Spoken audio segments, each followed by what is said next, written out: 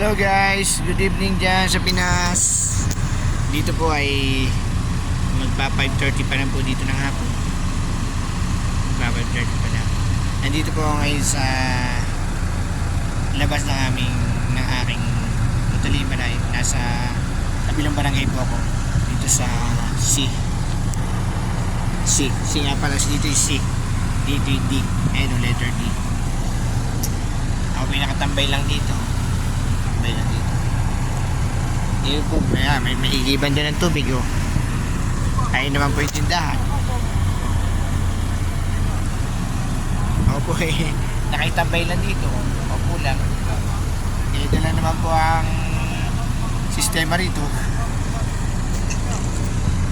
Nakakatapat ako ng gate ko. Ayun po yung gate namin. Dito lang po ako sa loob ng kampo. Naka-standby. At bukas pa po ang aking work. Tambay lang po ako rito. Naghihintay ng walang inihintay. Oh, Jaja! Naghihintay po ako ng ng walang inihintay. Ayan, maganda ako. Pakistani po yan. Say hello! Hello! Ayan. Yun po yung Pakistani na Chacha ang tawag namin. Kasi po, dito po marami akong kaibigan ng mga ibang lahi. Hindi po ako nakakapag-vlog masyado. Gawa po ng ako maghapon tulog. Maghapon tulog po sa aking room.